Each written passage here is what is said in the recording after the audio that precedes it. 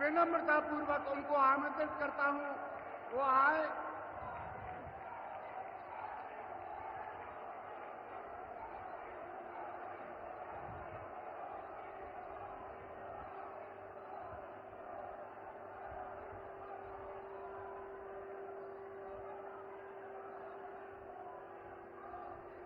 श्री राम जानकी की, श्री राम जानकी की, बाबा पटियावाले की, बाबा पटियावाले की।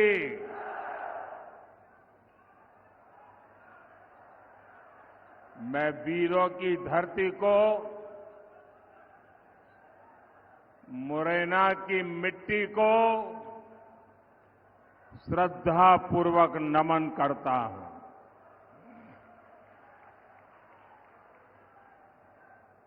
मुरैना ने हमेशा उन्हीं का साथ दिया है जिनके लिए राष्ट्र प्रथम है। आप सबका उत्साह देखकर मैं कह सकता हूं कि मुरैना आज भी न अपने संकल्प से डिगा है और न ही कभी डिगेगा।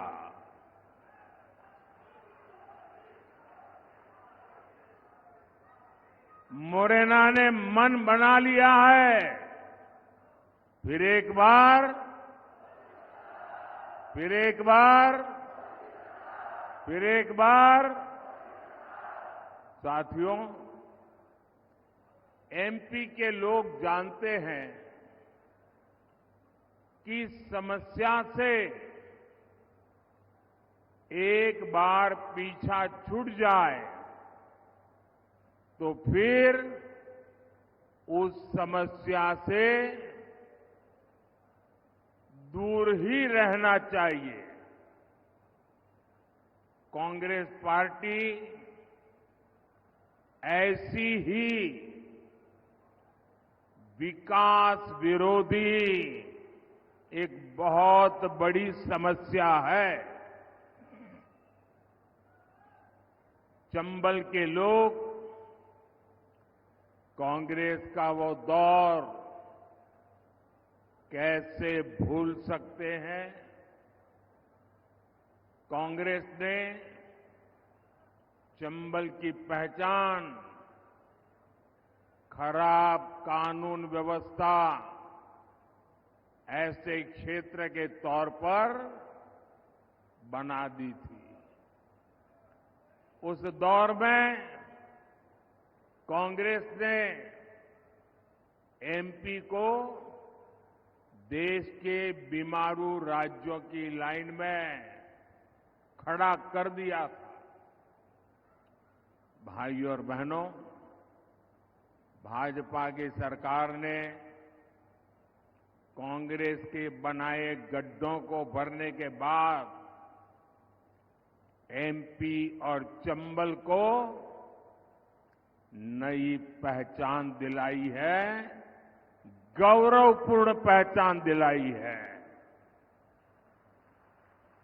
भाजपा सरकार में चंबल, काली सिंध, पार्वती लिंक परियोजना से सिंचाई की समस्या दूर होगी।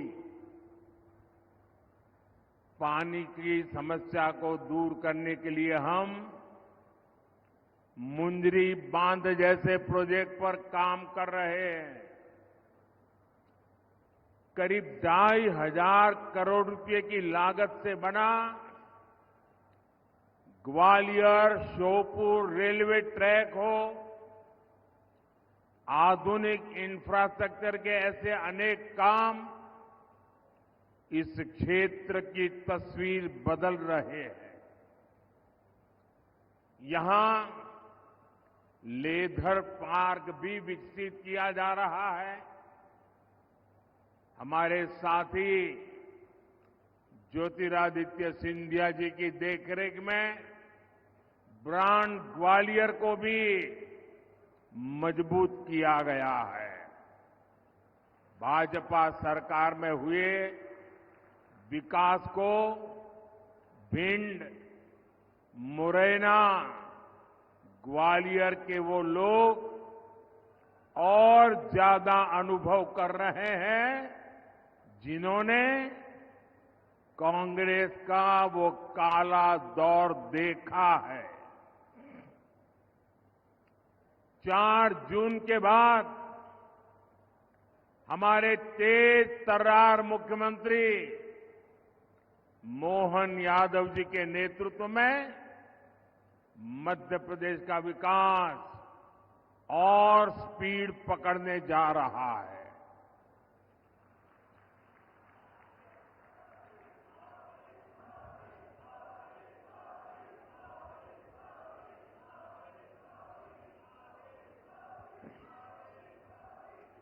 साथियों, भाजपा के लिए देश से बड़ा और कुछ भी नहीं है और कांग्रेस के लिए अपना परिवार ही सब कुछ है। कांग्रेस की पॉलिसी है जो देश के लिए सबसे ज्यादा योगदान करे, सबसे ज्यादा मेहनत करे, सबसे ज्यादा समर्पण करे, उसे सबसे पीछे रखो। इसलिए कांग्रेस ने इतने वर्षों तक सेना के जवानों की 1 रैंक 1 पेंशन जैसी मांग पूरी नहीं होने दी। हमने सरकार बनते ही 1 रैंक 1 पेंशन को लागू किया। हमने सीमा पर खड़े जवानों की सुविधा की भी चिंता की।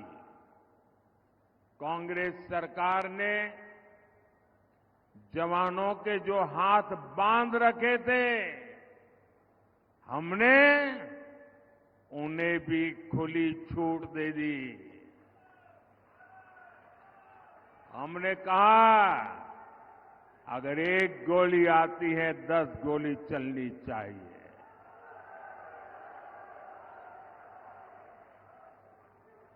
अगर 1 गोला फेंकते हैं तो 10 तोपें चल जानी चाहिए।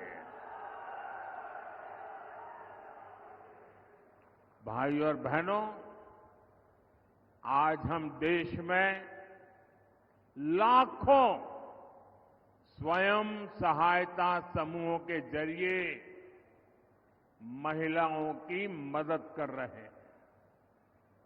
मोदी ने गांव-गांव में शौचालय बनाकर माताओं बहनों के सम्मान की रक्षा की।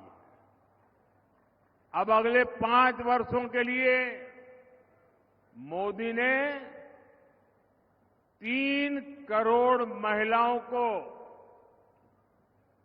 लखपति दीदी बनाने की गारंटी दी है।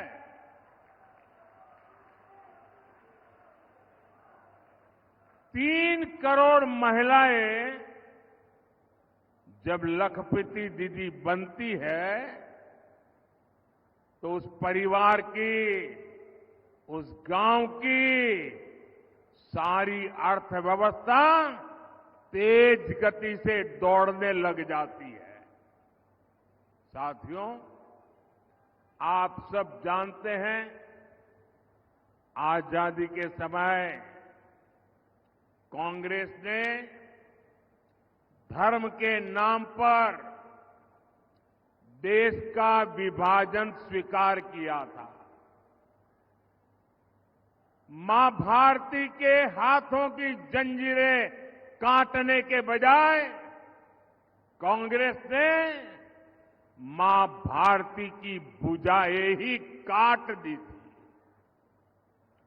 देश के टुकड़े कर दिए थे। लेकिन कांग्रेस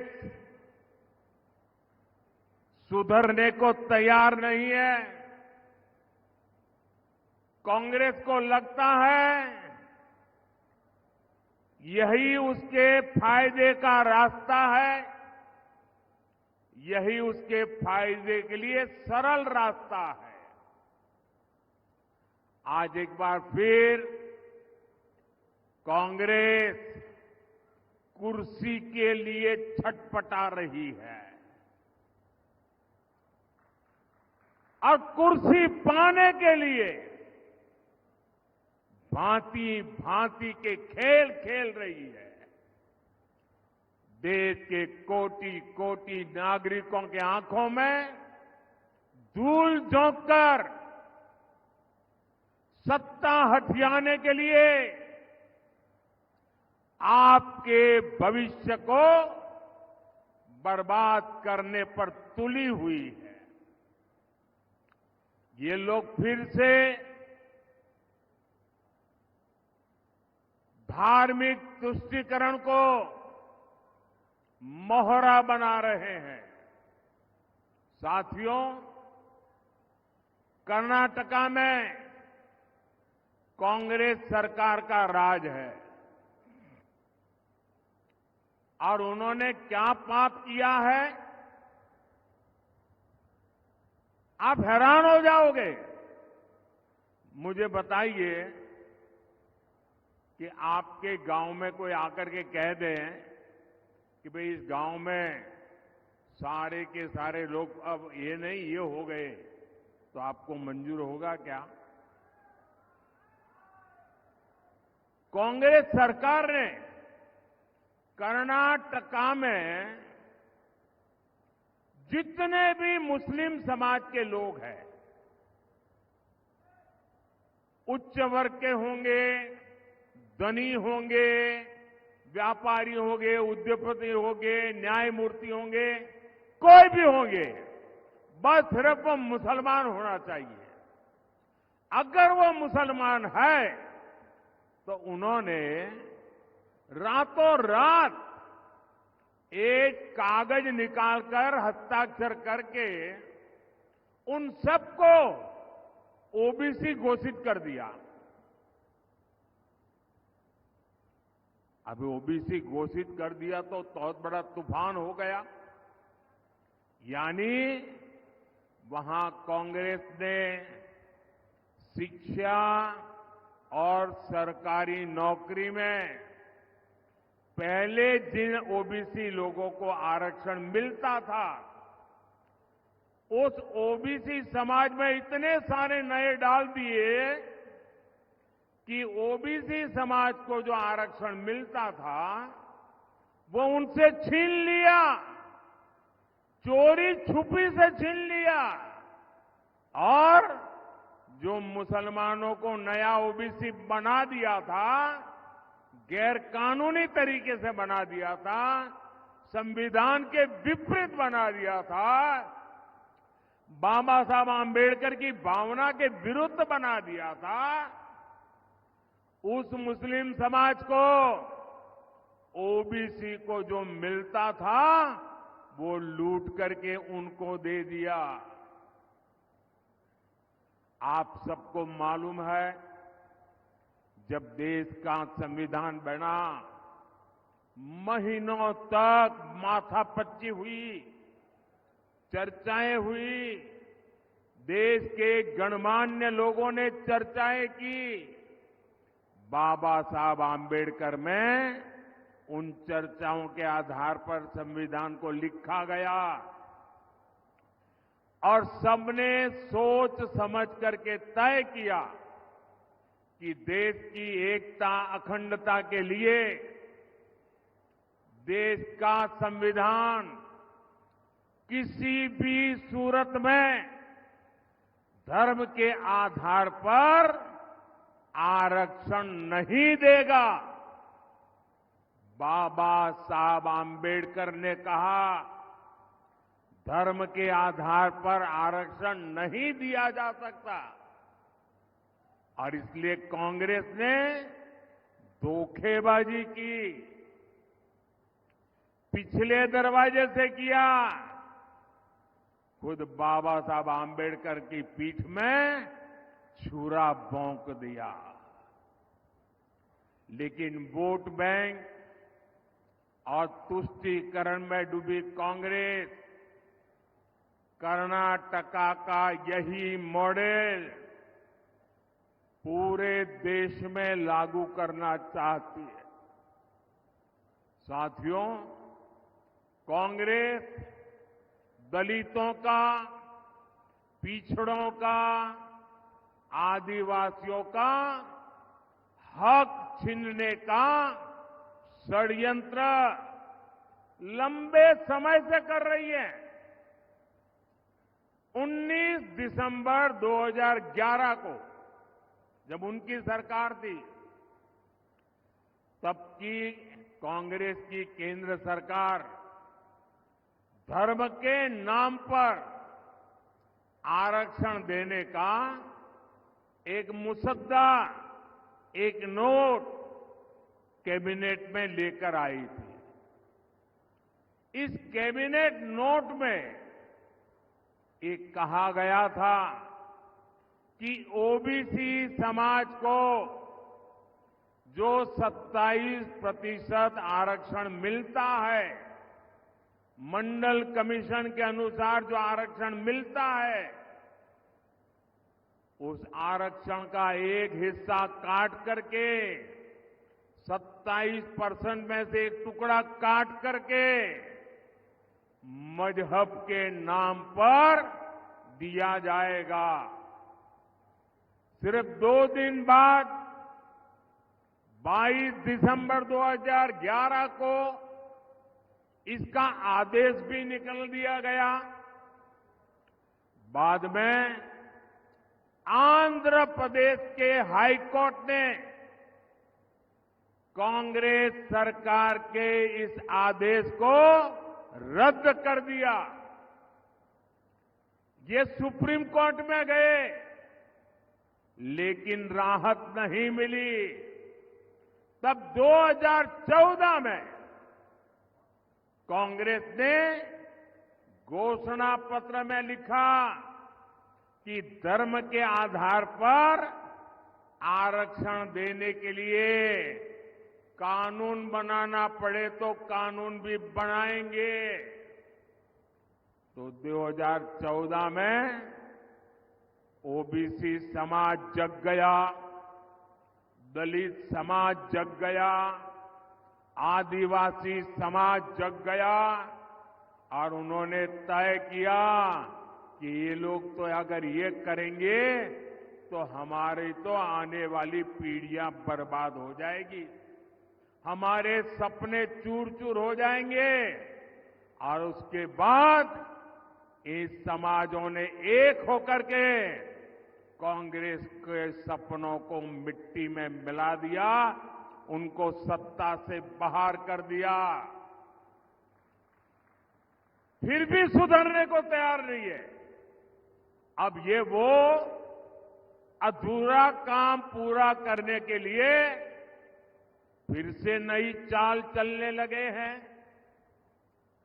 कांग्रेस की चली तो यहां मध्य प्रदेश में जो हमारे कुशवाहा भाई बहन हैं, गुर्जर भाई बहन है, यादव भाई बहन है, गडरिया भाई बहन है, धाकड़ प्रजापति समाज हो, ऐसे सब समाज को जो आरक्षण मिलता है, जैसे हमारे यहां कुमार, तेली, माझी, नाई, सुनार समाज, ऐसे समाजों को जो आरक्षण मिलता है,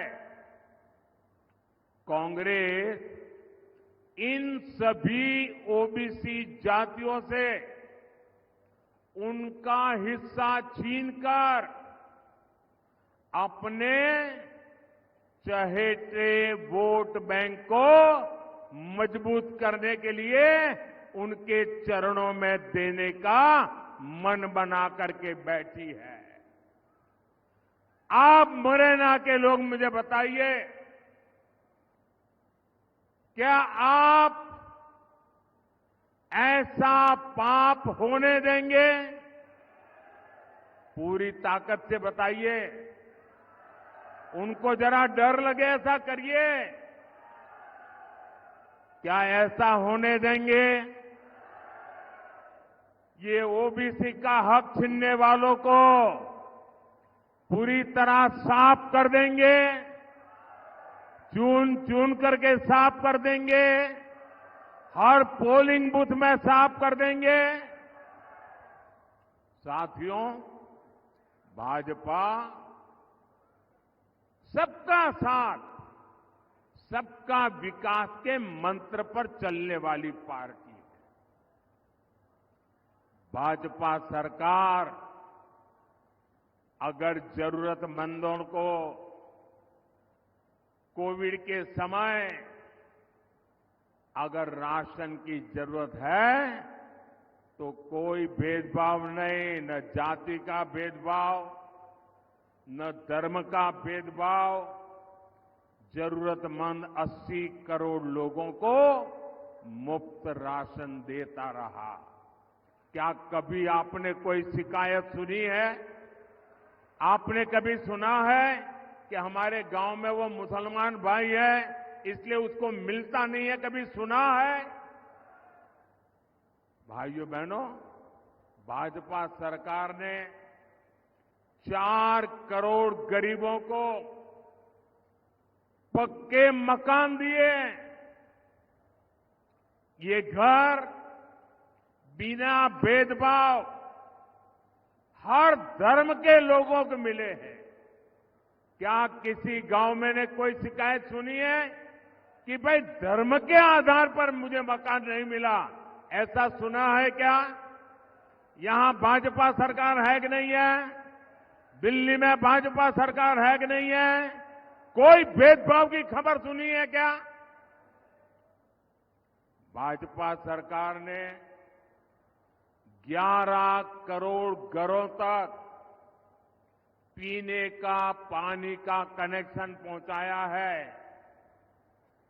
कोई जातिवाद नहीं होने दिया, कोई धर्म के नाम पर भेदभाव नहीं होने दिया, क्योंकि सबका साथ, सबका विकास ये हमारा मंत्र है। हर धर्म, हर समाज को ये लाभ समान रूप से मिलना चाहिए। समान रूप से मिलना चाहिए कि नहीं मिलना चाहिए? अगर सबको समान रूप से मिलता है तो आपकी कोई शिकायत होती है क्या?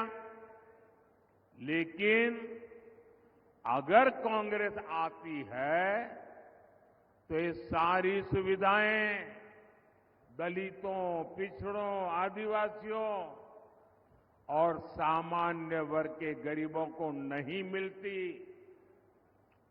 कांग्रेस की चले तो गरीब कल्याण की योजनाओं का लाभ भी धर्म के आधार पर देती, क्योंकि कांग्रेस तो डंके की चोट पर यही कहती है कि देश के संसाधनों पर पहला हक मुसलमानों का है। मोदी कहता है देश के संसाधनों पर पहला हक इस देश के गरीबों का है, इस देश के पिछड़ों का है, इस देश के आदिवासियों का है। साथियों, कांग्रेस एक के बाद एक ऐसी घोषणाएं कर रही है जो देश को भी कमजोर करेगी और आपके परिवार को भी कमजोर करोगी।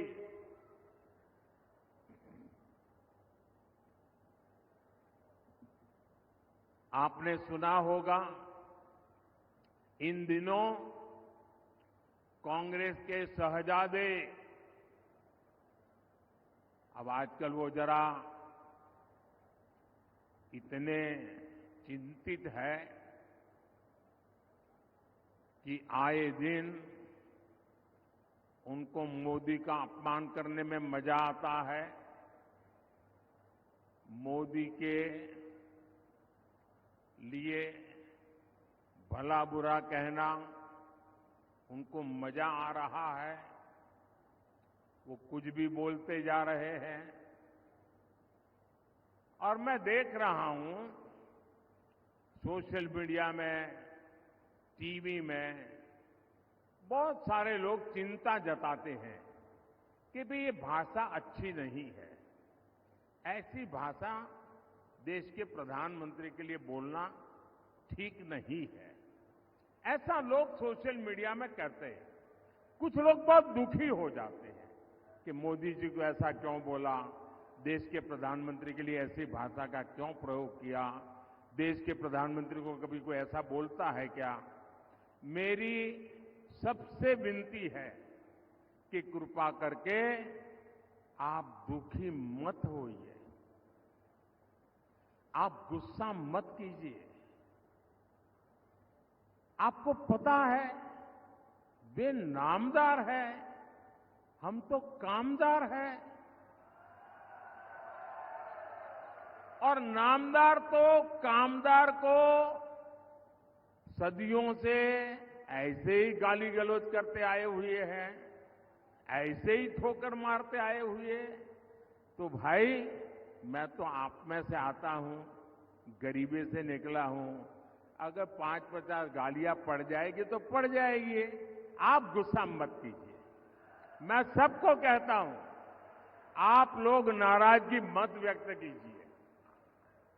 वो इतने निराश है कि अभी आगे आगे तो और बहुत कुछ बोलेंगे, आप अपना समय खराब मत कीजिए। तो ये मेरी सोशल मीडिया में जो लोग बहुत नाराजगी से कुछ न कुछ कहते रहते हैं, टीवी मीडिया वाले भी कहते हैं, मेरी करबद्ध प्रार्थना है भाई, इन नामदारों को कुछ मत कहो। हम कामदार सहन करने के लिए पैदा हुए हैं, हम सहन करेंगे, सहन भी करेंगे और मां भारती की सेवा भी करेंगे। हम जरा भी पीछे नहीं हटेंगे दोस्तों, जरा भी रुकेंगे नहीं। ये मैं देशवासियों को विश्वास दिलाता हूं। आजकल इस शाही परिवार के शाहजादे पूरे देश में बढ़ चढ़कर के कह रहे हैं, अब आपकी संपत्ति का एक्सरे होगा, एक्सरे। और आपकी अलमारी में क्या पड़ा है, किसी माता बहन ने कुछ बचत अनाज के डिब्बे में अगर दबा करके रखी है, एक्सरे करके खोजा जाएगा। लॉकर में क्या पड़ा है, एक्सरे करके खोजा जाएगा। आप जो कमाई करते हैं, हमारी माताओं बहनों के पास जो स्त्री धन होता है, जो स्त्री धन बहुत पवित्र होता है, कोई उसको हाथ नहीं लगाता है, कोई उसको छूता नहीं है। मंगलसूत्र हो, छोटा मोटा सोना चांदी का गहना हो, इसे पवित्र माना जाता है। कांग्रेस उसे जब्त करके अपनी वोट बैंक मजबूत करने के लिए उसे बांटने की सार्वजनिक घोषणा कर रही है, मैनिफेस्टो में बता रही है। और मैंने तो पहले दिन कहा था कि इनका मैनिफेस्टो पूरी तरह मुस्लिम लीग की सोच का ही प्रतिबिंब है। और साथियों, ये एक्सरे करके आपको लूटने की योजना बना रहे हैं। क्या आप उनको आपकी संपत्ति छीनने का अधिकार देंगे क्या? इनको चुनाव में जीतने देंगे क्या? इतना ही नहीं, ये इससे भी संतुष्ट नहीं है, वो जीते जी तो छोड़िए, ये स्वर्गवास के बाद भी, मृत्यु के बाद भी आपकी जो बची हुई संपत्ति है, जो स्वाभाविक रूप से आपके बेटे बेटी को मिलनी चाहिए, वो भी आप नहीं दे पाओगे। आपने कितनी ही मेहनत करके बच्चों के लिए इकट्ठा किया होगा। कांग्रेस वाले कहते हैं कि उनकी सरकार आएगी तो वो भी डुब्बे में से गुल कर दिया जाए। ऑफिशियली कहते हैं आपकी कमाई का आधे से ज्यादा कांग्रेस अगर सरकार में आती है तो ये सरकार छीन लेंगी। और इसलिए कांग्रेस आप पर इनहेरिटेंस टैक्स, आपकी विरासत पर टैक्स लगाना चाहती है। भाइयों और बहनों, इनहेरिटेंस टैक्स से जुड़े जो तथ्य अब निकलकर सामने आ रहे हैं, वो देश की आंखें खोलने वाले हैं। जरा ध्यान से सुना जाए, आप भी ध्यान से सुनिए और मेरे देश के दिग्गज पत्रकार भी जरा सुन ले, मीडिया वाले भी सुन ले, और उनकी जो इकोसिस्टम है ना, जो हर दिन मोदी के बाल की खाल उतारने में लगी हुई है, वो भी जरा सुन ले कान खोल करके। देश के साथ कैसा कैसा पाप हुआ है। मैं आज देश के सामने पहली बार एक दिलचस्प तथ्य आपके सामने रखना चाहता हूं। जब देश की एक प्रधानमंत्री बहन इंदिरा जी नहीं रही तो उनकी जो मिल्कत थी, उनकी जो प्रॉपर्टी थी, वो उनकी संतानों को मिलनी थी। लेकिन पहले ऐसा कानून था कि वो उनको मिलने से पहले एक हिस्सा सरकार ले लेती थी। कांग्रेस ने पहले ऐसा कानून बनाया था। तब चर्चा थी और व्यापक रूप से चर्चा थी कि जब इंदिरा जी नहीं रही और उनके बेटे राजीव गांधी जी को ये प्रॉपर्टी मिलने की थी, लिख करके गई थी, तो अब सरकार को पैसा चला ना जाए, प्रॉपर्टी को बचाना था, तो इन्होंने क्या कर दिया, उस प्रॉपर्टी को बचाने के लिए अपनी माता इंदिरा गांधी से मिले हुए पैसों को बचाने के लिए उस समय के प्रधानमंत्री श्रीमान राजीव गांधी ने अपनी संपत्ति बचाने के लिए पहले जो इनहेरिटेंस कानून था उसको समाप्त किया और खुद के पैसे बचा लिए।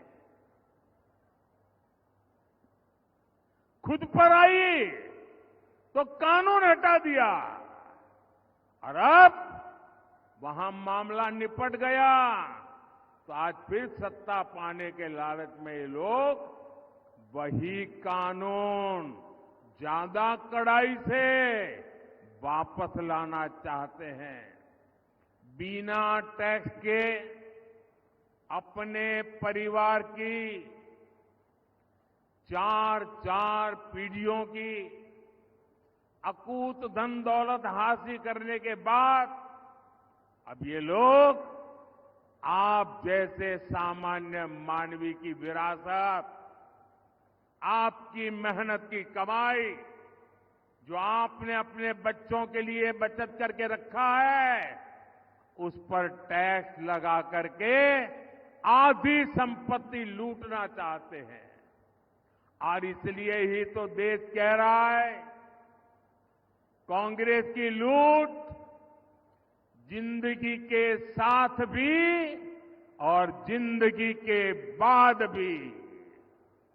साथियों, आपके और कांग्रेस के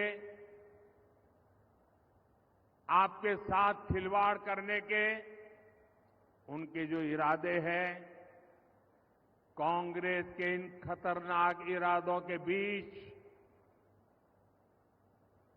आपके हकों की रक्षा के लिए ये मोदी दीवार बन के खड़ा है।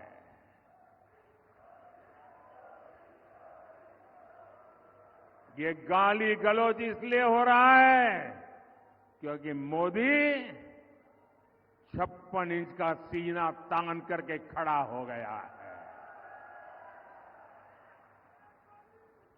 इनके मंसूबे सफल नहीं होंगे, इनके मंसूबे सफल नहीं होंगे, ये मोदी की गारंटी है। लेकिन इसमें आपकी भी बड़ी भूमिका है। मुरैना से संगठन में मेरे साथ जिन्होंने वर्षों तक काम किया, जब मैं संगठन महासचिव हुआ करता था तब हमारे शिवमंगल जी यहां महासचिव हुआ करते थे। ऐसे मुरैना से हमारे शिवमंगल सिंह जी तोमर, भिंड से हमारी बहन संध्या राय और ग्वालियर से हमारे साथी भरत सिंह कुशवाहा जी, 7 मई को इनको जितनी ज्यादा संख्या में वोट मिलेंगे मोदी उतना ही मजबूत होगा। आपका एक एक वोट मोदी को जाएगा। कमल पर आप बटन दबाएंगे, आपका वोट सीधा सीधा मोदी को जाएगा। और इसलिए मोदी आज आपसे आशीर्वाद मांगने आया है। मोदी आपसे कमल के निशान पर बटन दबाने के लिए प्रार्थना करने के लिए आया है।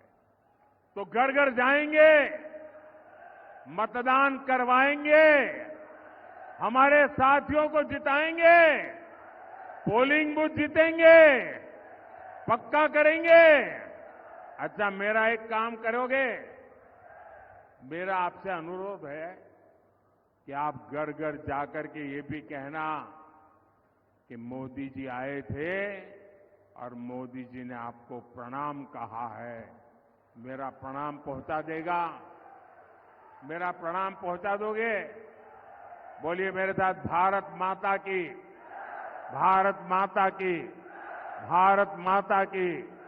बहुत बहुत धन्यवाद।